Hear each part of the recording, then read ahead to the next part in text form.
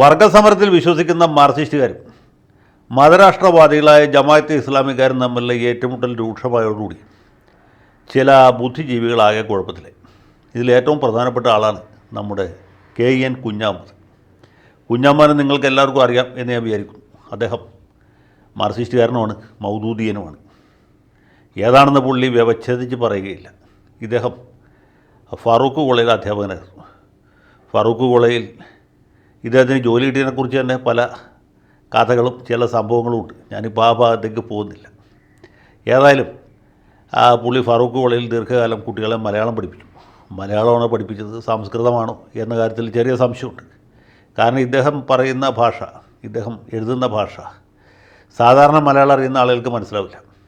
സംസ്കൃതം അറിയുന്നവർക്കും മനസ്സിലാക്കാൻ ബുദ്ധിമുട്ടാണ്. കാരണം ബുദ്ധിജീവികളുടേതായ ഒരു ബൗദ്ധികമായ ഭാഷയാണ് അദ്ദേഹം ഉപയോഗിക്കുക.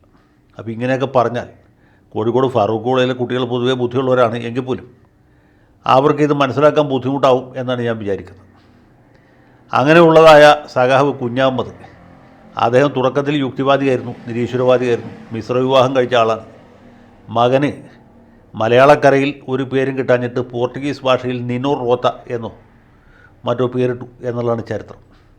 അങ്ങനെയുള്ള ഈ കുഞ്ഞാമ്മദ് പിൽക്കാലത്ത് ഈ രാജ്യത്ത് ഈ സാധാരണക്കാരനായ മുസ്ലിങ്ങൾ അനുഭവിച്ചുകൊണ്ടിരിക്കുന്ന വിവേചനവും പീഡനവും ചൂഷണവും ഭീഷണിയും സമ്മർദ്ദവും എല്ലാം കണ്ട് മനസ്സും അടുത്ത് ഇരവാദവുമായിട്ട് മുന്നോട്ട് പോകും.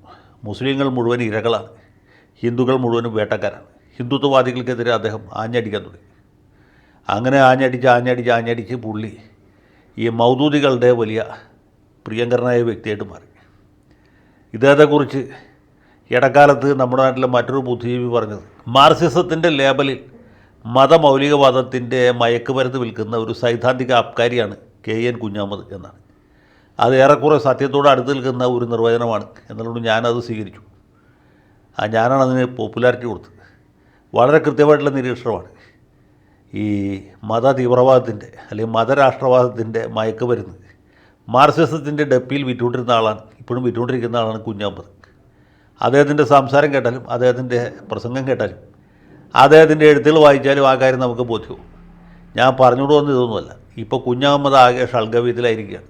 കാരണം മതമൗലികവാദികളും മാർക്സിസ്റ്റുകാരും തമ്മിൽ നേരത്തെ ഉണ്ടായിരുന്ന ഒരു രഹസ്യബന്ധം അല്ലെങ്കിൽ ഏറെക്കുറെ പരസ്യമായിട്ടുള്ള ബന്ധം ഇപ്പോൾ തീർത്തും മാറ്റിപ്പോയിരിക്കും. മതമൗലികവാദികളെയും മതരാഷ്ട്രവാദികളെയും മാർക്സിസ്റ്റ് പാർട്ടി ഉപ്പും ചോറും കൊടുത്ത് വളർത്തുന്ന അല്ലെങ്കിൽ ചെല്ലിങ് ഇളവും കൊടുത്ത് വളർത്തുന്ന ബുദ്ധിജീവികൾ തള്ളി പറയാൻ തുടങ്ങിയിരിക്കും. ബുദ്ധിജീവികൾ ഇനി മേലിൽ മൗദൂദികളുമായിട്ടുള്ള ബന്ധം വിച്ഛേദിക്കുകയാണ്, പാർട്ടിയും വിച്ഛേദിക്കുകയാണ്.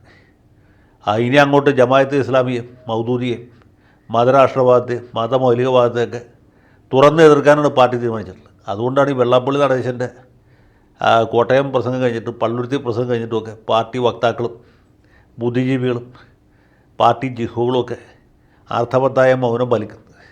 വെള്ളാപ്പള്ളിയെങ്കിൽ വെള്ളാപ്പള്ളി പറയട്ടെ, അതുകൊണ്ട് 10 വോട്ട് നമുക്ക് കിട്ടുമെങ്കിൽ കിട്ടട്ടെ എന്നുള്ളതാണ് പാർട്ടിയുടെ മനസ്സിലിരിപ്പ്. അത് ഗോവിന്ദൻ മാഷിൻ്റെയും പിണറായി വിജയൻ്റെയൊക്കെ ശരീരഭാഷയിൽ നിന്നും സംസാരത്തിൽ നിന്നും വളരെ വ്യക്തമാണ്. മതതീവ്രവാദികളെ പരമാവധി പ്രകോപിപ്പിക്കുക, അങ്ങനെ ഇവിടെ ഭൂരിപക്ഷ സമുദായ അംഗങ്ങളുടെ ഇടയിൽ ഒരു വികാര വേലിയേറ്റം ഉണ്ടാക്കുക. 1987 പിന്നീട് ഒരു പരിധിവരെ 1996 2016 പയറ്റി വിജയിച്ച ഒരു തന്ത്രമാണ്. അങ്ങനെ ഇരവാദം, റിവേഴ്സ് ഇരവാദമാണ്. ഇവിടെ ഹിന്ദുക്കൾക്ക് രക്ഷയില്ല എന്ന് തോന്നലുണ്ടാക്കി അവരുടെ വോട്ട് പരമാവധി UDFനും ലീഗിനുമൊക്കെ എതിരാക്കി അങ്ങനെ വീണ്ടും അധികാരത്തിൽ തിരിച്ചു വരികയും ചെയ്യുക എന്നുള്ളൊരു തന്ത്രമാണ് പയറ്റിക്കൊണ്ടിരിക്കുന്നത്. ഈ ഹമാസിനെ അനുകൂലിച്ചുകൊണ്ടോ പൗരത്വ നിയമ ഭേദഗതിക്കെതിരെ സമരം ചെയ്തുകൊണ്ടോ യാതൊരു പ്രയോജനവുമില്ല. ഒരു 5 വോട്ട് പോലും കിട്ടുകയില്ല എന്ന് മനസ്സിലായി. അതുകൊണ്ട് ഇനി ഇവരെ പരമാവധി പ്രകോപിപ്പിച്ച് അതിൽ നിന്ന് എന്തെങ്കിലും ലാഭം നേടിയെടുക്കാനാണ് പാർട്ടി ശ്രമിക്കുന്നത്. അപ്പോൾ കുഞ്ഞാമ്മൻ്റെ കാര്യം ആകെ കുഴപ്പത്തിലായി. പുള്ളിക്കിനി ഇപ്പോൾ സൗദി അറേബ്യയിലോ കുവൈറ്റിലൊക്കെ പോയിട്ട് മൗദൂദികളുടെ സ്വീകരണം ഏറ്റുവാങ്ങാൻ പറ്റുകയില്ല, അവരുടെ സൽക്കാരം ഏറ്റുവാങ്ങാൻ പറ്റുകയില്ല, അവരുടെ നിന്ന് അണ്ടിപ്പരിപ്പോ മുന്തിരിങ്ങയോ വാങ്ങിക്കാൻ പറ്റുകയില്ല, അവരിൽ നിന്ന് പട്ടും വളയും കൈപ്പറ്റാൻ പറ്റുകയില്ല. പറ്റിക്കഴിഞ്ഞാൽ പുള്ളി മാർക്സിസ്റ്റുകാരുടെ പറ്റുപടി പുസ്തകത്തിൽ നിന്ന് പുറത്താവും. പുള്ളിക്ക് അവിടെ നിന്ന് കിട്ടിക്കൊണ്ടേയിരിക്കുന്ന പല ആനുകൂല്യങ്ങളും ഇല്ലണ്ടോ.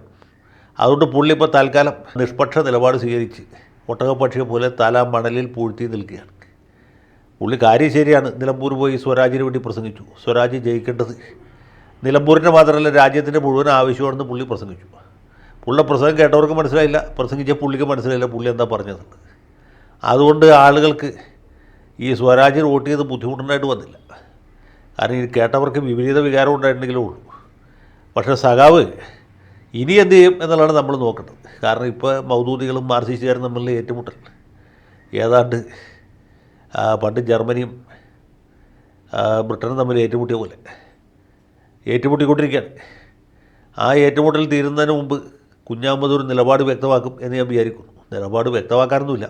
പുള്ളി രണ്ട് ഭാഗത്തും അല്ലാതെ നിഷ്പക്ഷനായിട്ട് ബലരാമനായിട്ട് നിൽക്കാനാണ് സാധ്യത. ഏതായാലും സഖാവ് ഇതുവരെ മൗനത്തിലാണ്.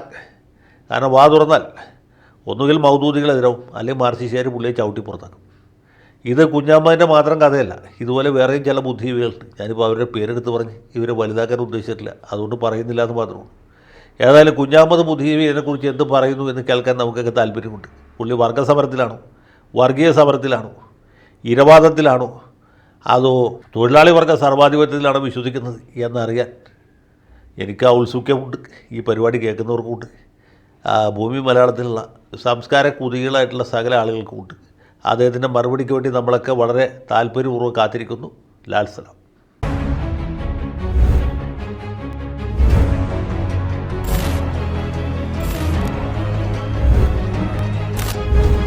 കൂടുതൽ വാർത്തകളും വിശേഷങ്ങളും നിങ്ങളിലേക്ക് എത്താൻ ABC മലയാളം സബ്സ്ക്രൈബ് ചെയ്യുക, ബെൽ ബട്ടണും അമർത്തുക.